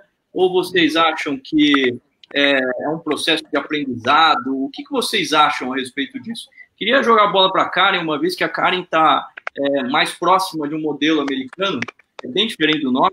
Eu diria que o nosso modelo brasileiro é uma democracia mais... como é que eu vou tentar dizer isso sem ter que me explicar muito? É uma democracia mais efetiva do que os Estados Unidos, e efetiva, inclusive, porque quando a gente olha para o governo, a gente olha e fala assim, nossa, é o brasileiro típico que está ali, né? Nós temos uma representação real, é a maior democracia do mundo mesmo, porque aqui o povo está representado no arquétipo daqueles que os representam. E isso você pode ver que, estado por estado, é muito verdade também, né? O João Dória é, de certa forma, um arquétipo do paulista, né? O Bolsonaro, ele hoje representa ali aquele brasileiro médio com todas as suas imperfeições e, de certa forma, com outras qualidades, talvez, se é que dá para a gente pensar dessa forma. Nos Estados Unidos, eu não sei se é dessa forma, mas o que você acha, cara, em relação... você acha que a nossa democracia brasileira, comparando o que vocês têm ali, tem sido efetiva na solução dos nossos problemas ou está criando mais problemas? Olha, os Estados Unidos não é uma democracia, é uma república, né? A gente não é um país democrático. Por isso que nas eleições, inclusive, a gente tem o colégio eleitoral, onde só determinadas pessoas votam. O povo vota, mas é seletivo. Então, o modo a economia dos Estados Unidos não é democrática como o Brasil. No Brasil, o problema, como o outro, eu esqueci o nome dele, qual que é o nome dele? Saulo. O Saulo estava falando, o Brasil é riquíssimo. O Brasil não precisa da China, o Brasil não precisa de ninguém. O problema do Brasil é realmente como que se governa. Eu não sou PT, mas o Lula estava no caminho certo se ele não tivesse going to bed with the corruption. Traduz aí, o Christian. O Lula fez o erro em entrar com a corrupção, né? Se não fosse isso, a economia do Brasil estaria tão bem quanto a dos Estados Unidos. Então, o Lula estava no caminho certo. O Bolsonaro, ele tem boas intenções. Eu quero acreditar que ele tem boas intenções, mas ele não é a pessoa certa para levar o Brasil onde o Brasil precisa estar. O Brasil tem terra, o Brasil tem petróleo, o Brasil tem todos os materiais necessários para não depender da China. Todo mundo depende da China. Aqui nos Estados Unidos a gente depende da China porque tudo é manufactured, tudo é fabricado na China. O Brasil não precisa. Eu concordo com você que a gente tem quase tudo, a gente só não tem muita educação, né? Então, o problema do Brasil, até isso, o povo brasileiro é muito, como é que eu vou pôr isso aqui? Muito influenciável, entendeu? Então, esse é um problema. E agora com as redes sociais, se você vê um vídeo do YouTube lá, todo mundo começa a acreditar naquele vídeo.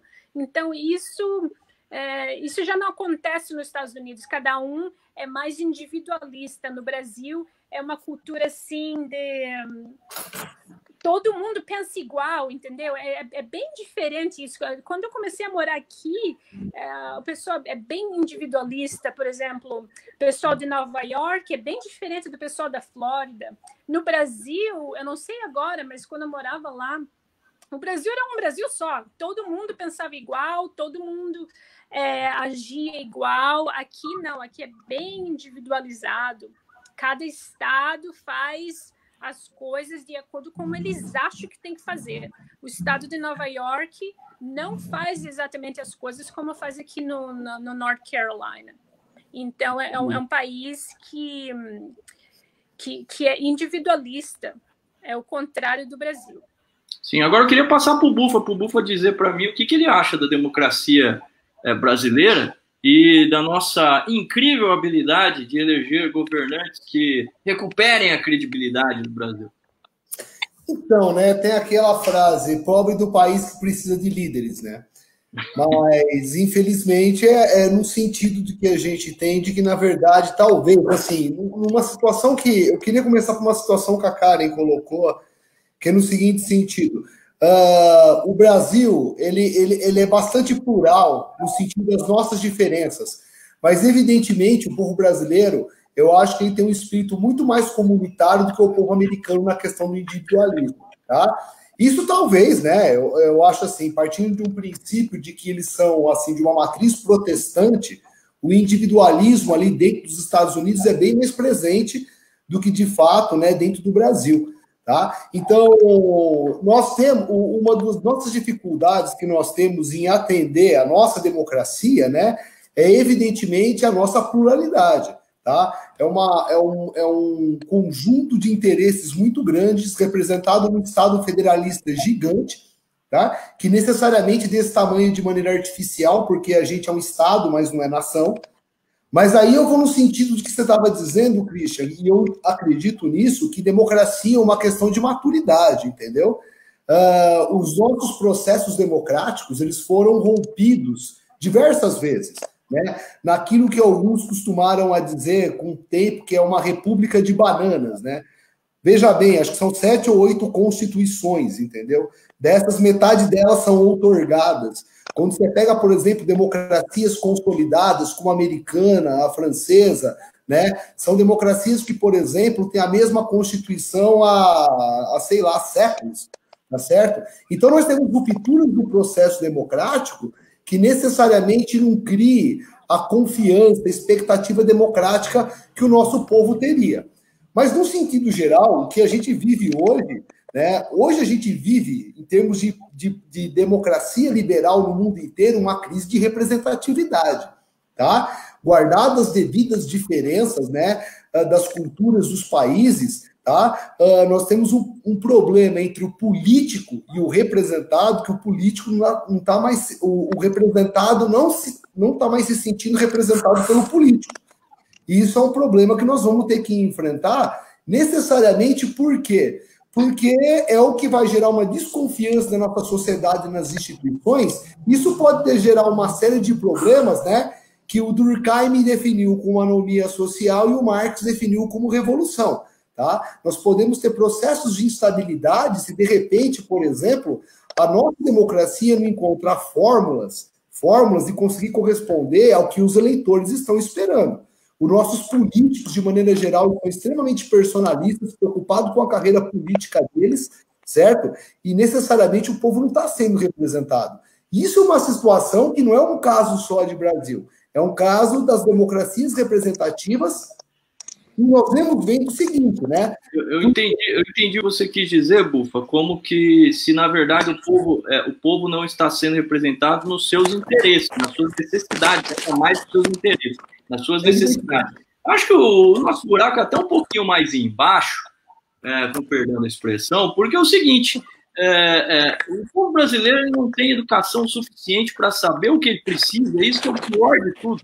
Porque aquilo que ele imagina que ele precisa vem de uma necessidade de satisfação momentânea que não contempla a visão de futuro. E o estranho é que o Brasil sempre foi visto como o país do futuro. Eu tenho um amigo,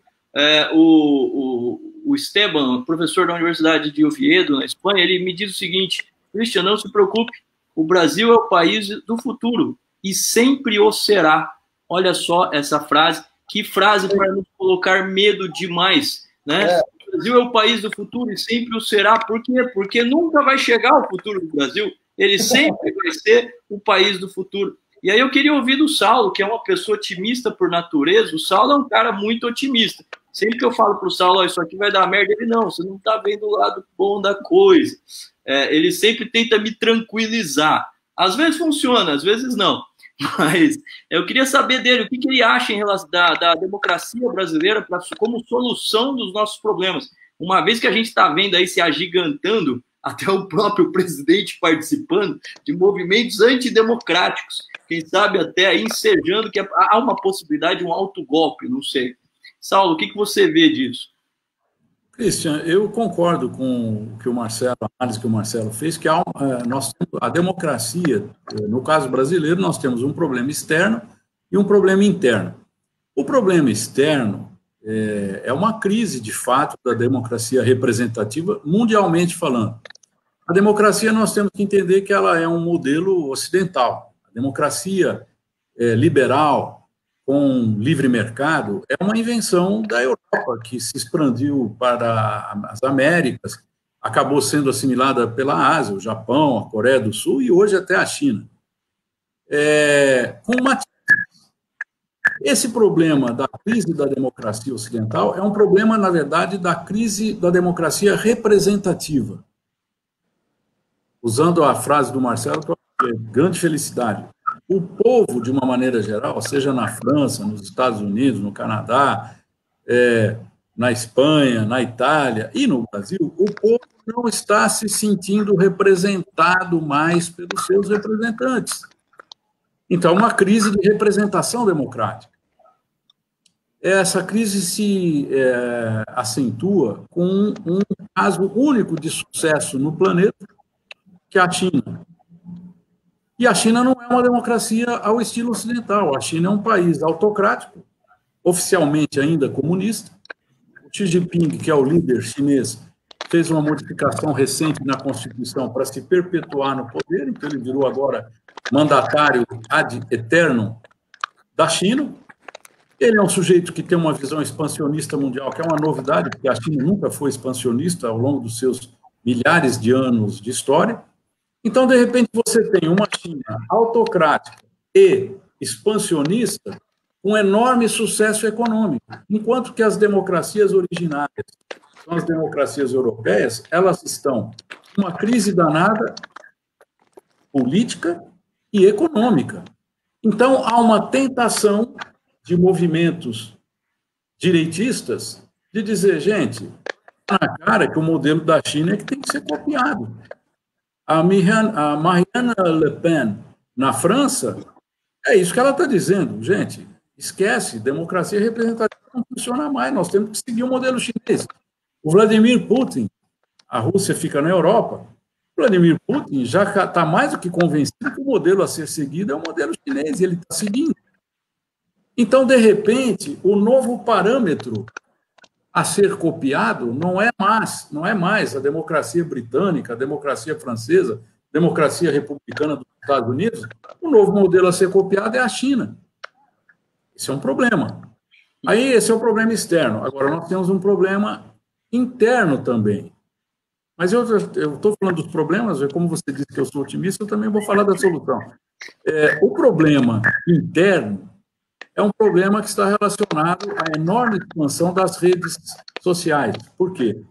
Porque as redes sociais, elas significam, a rigor, a substituição da democracia representativa pela democracia direta. É o velho sonho dos gregos.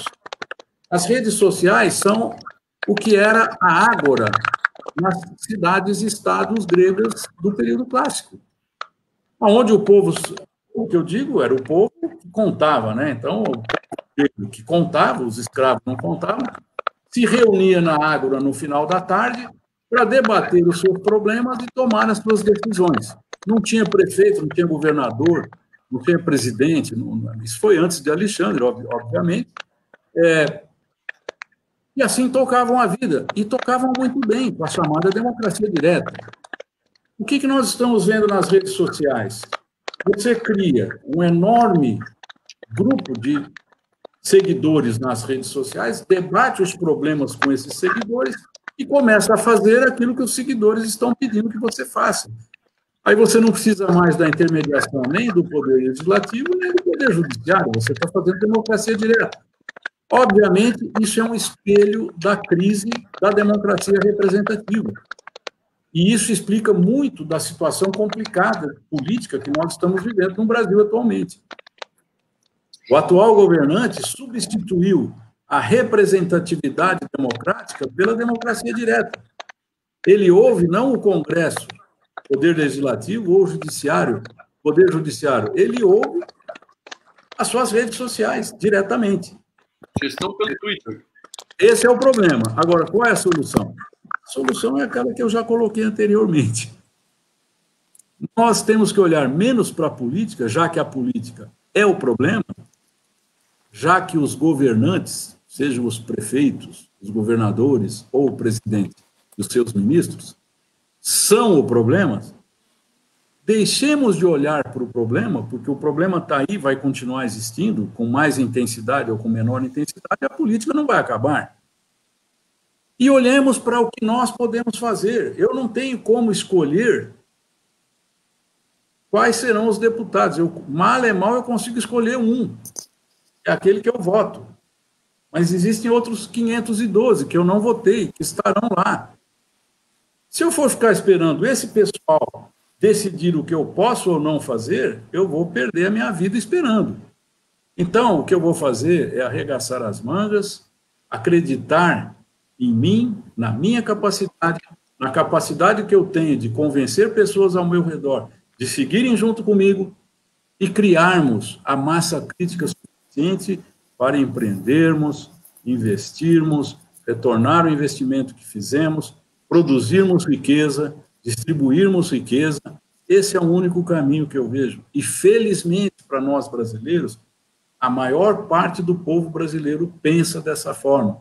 Embora nós tenhamos, sim, esse aspecto gregário que a Karen colocou, que ela se lembra de quando ela ainda morava aqui, mas o brasileiro também tem esse espírito individualista do empreendedorismo, de querer fazer as coisas acontecerem. Isso está aumentando com as novas gerações, porque as nossas novas gerações estão chegando à idade produtiva num período em que nós não temos mais a CLT getulista para proteger, não temos mais aquele guarda-chuva de cargos públicos que eram fartamente oferecidos por todos. Estamos numa época que, em algumas cidades, até hoje ainda é assim no Nordeste, se você pegar São Luís, no Maranhão, pegar Natal, no Rio Grande do Norte, você somar o total de funcionários públicos do município, do Estado e da União, nesta cidade, que é a capital desses estados, dá mais de 60% da população produtiva. Ou seja, é uma dependência excessiva do Estado. E aí a política fica importante porque o cara depende da política. Agora, quando você começa a olhar para os estados do Sudeste e do Sul, essa realidade já não existe mais. Você começa a perceber que as pessoas... E hoje, recentemente, eu recebi um estudo a respeito da comunidade de Heliópolis, em São Paulo, que é a antiga maior favela do Brasil, que hoje já não chamam mais de favela, porque você chega lá e você vê que não é mesmo mais uma favela. O que tem de microempreendedor ali dentro, com novas ideias, é um dinamismo, é uma situação, pessoas que não tiveram o grau de educação que o Christian colocou. O brasileiro não é um povo educado. Se nós considerarmos educação formal, eu até concordo. Mas se nós considerarmos educação de vida, eu acho que o brasileiro, sim, o brasileiro está se educando na marra, porque tem que lutar pela sobrevivência. E as redes sociais, nesse ponto, ajudam, porque ele começa a ver que o vizinho criou um sitezinho de internet, conseguiu um monte de filiado, começou a ganhar dinheiro. Ali no Heliópolis, tem empreendimentos criados há menos de um ano que já estão produzindo receita bruta de 35, 40, 50 mil reais por mês. O cara já conseguiu empregar informalmente, o nome do nosso programa aqui, é Economia Informal, não é isso? Mercado informal. E aproveitando o gancho aí, então, no mercado informal. O cara é um empresário informal e já criou 7, 8, 10, 12 empregos informais no negocinho que ele montou. E está ali ganhando dinheiro, produzindo e indo em frente. Ô, Saulo, para aproveitar esse gancho, a Juliana Rodrigues, que nos assiste, mandou uma informação assim, ó, boa noite, como está o trabalho informal em Ribeirão Preto? Vocês acham que as áreas de ambulantes vão aumentar depois da epidemia? O que vocês acham que vai acontecer com o mercado informal de Ribeirão Preto? Aquele que não paga imposto ainda, e de certa forma, o que a gente teve de recuperação dos impostos não pagos pelo mercado informal nos governos anteriores, eu sinto que a pejotização ainda não conseguiu recuperar todo o potencial de pagamento de imposto que poderia ser recuperado. O que vocês acham que vai acontecer a partir da epidemia? Posso começar a responder, Cris? Claro. Só para dizer o seguinte, esse é um outro equívoco que nós temos no Brasil, dizer, o microempreendedor não paga imposto, tem que acabar com isso. Isso é renúncia fiscal. Olha o absurdo, dizer que o microempreendedor não pagar imposto é renúncia fiscal.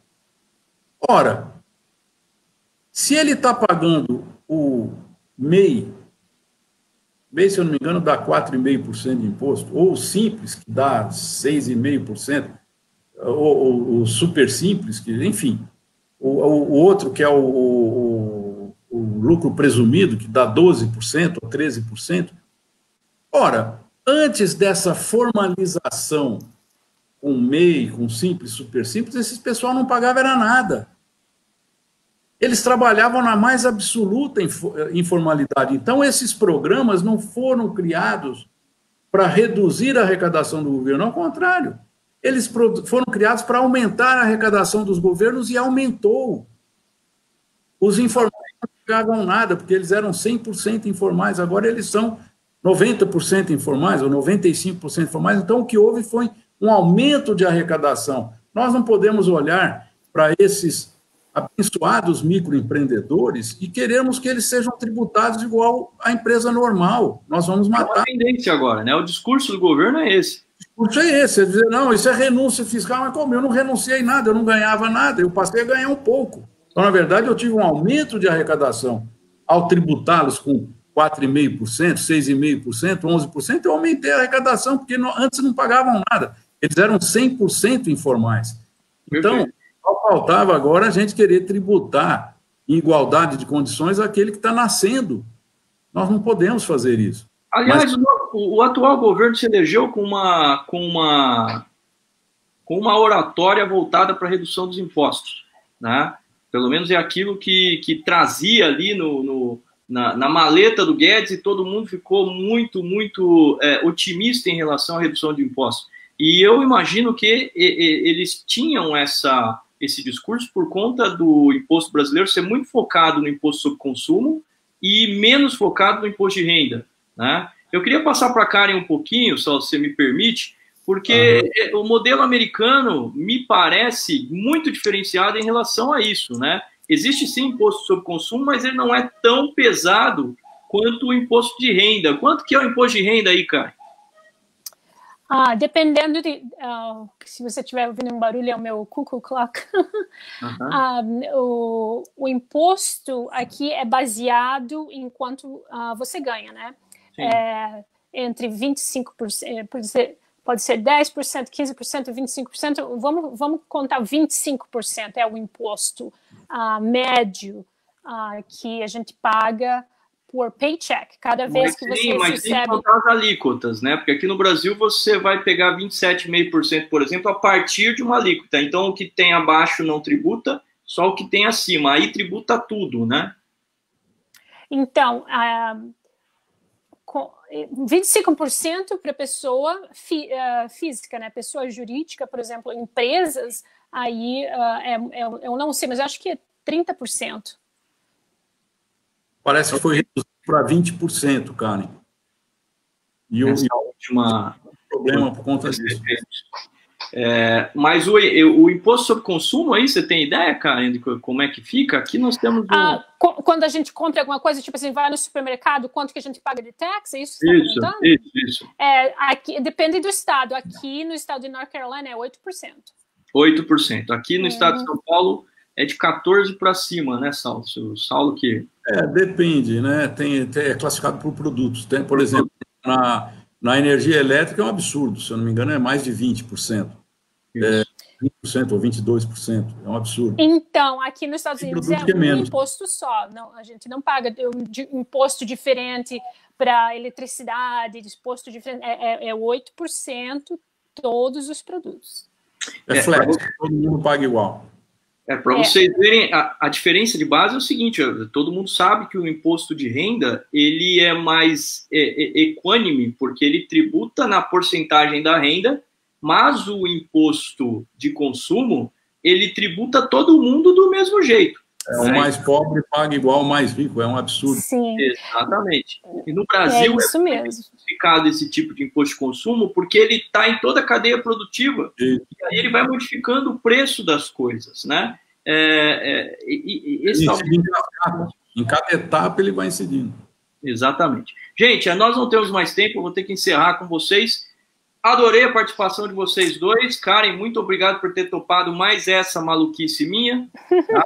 A Karen já teve uma aula nossa dando uma palestra, só que em inglês, né? Porque os alunos eram alunos estrangeiros, então ficou mais fácil. Mas eu sei que você está se virando muito bem no português. Parabéns, está indo perfeito. E, Saulo, obrigado pela disponibilidade. Eu sei que você está até agora aí no seu escritório, já estava na hora de voltar para casa já. Principalmente nesse tempo aí de coronavírus, é bom sempre estar perto dos queridos, sempre. Tá? Muito obrigado. Estou com a máscara aqui, estou sozinho no escritório agora, então estou sem a máscara. Mas agora eu vou sair e vou ter que colocar a máscara, prevenção. Vai certinho. Meninas, obrigado aí pela participação, ficou jóia o formato, tá? Adorei. Vamos tentar conversar sobre o formato, vamos aferir aí os nossos resultados mais tarde. Bufa, obrigado pelas sempre pertinentes participações, e espero que todo mundo tenha gostado aí desse bate-papo. Eu pensei que ia sair mais pancadaria, pensei que ia sair dedo nos olhos, essas coisas mais, mas não, eu vejo que todo mundo aí estava muito no ambiente do programa, que era fazer uma coisa mais informal realmente, para que todo mundo pudesse entender e, de certa forma, se entender, que é mais importante. Tá bom? Gente, muito obrigado aí. E bom retorno para cada um de vocês. A Karen não, eu acho que está em casa já, né, cara? Eu estou em casa, Estou em casa. Eu não saio, eu quero sair. Eu pedi para o meu boss, para o meu gerente, quando que eu posso ir para o site? Ele falou, sem previsão. A gente acho que vai ficar working from home, fazendo home office forever, para sempre. Qual que é a sua cidade aí? Eu moro em Charlotte, na Carolina do Norte, North Carolina. Legal. Gente, obrigado. Meninas. Obrigado a Karen, obrigado ao Marcelo, ao Christian, especialmente a Isabela e a Eduarda, que nos ajudaram aí com o suporte técnico também. Foi um prazer participar e todos tenham bons tempos aí. Muito obrigado. Valeu. Até mais, pessoal. Bye. Valeu, até mais.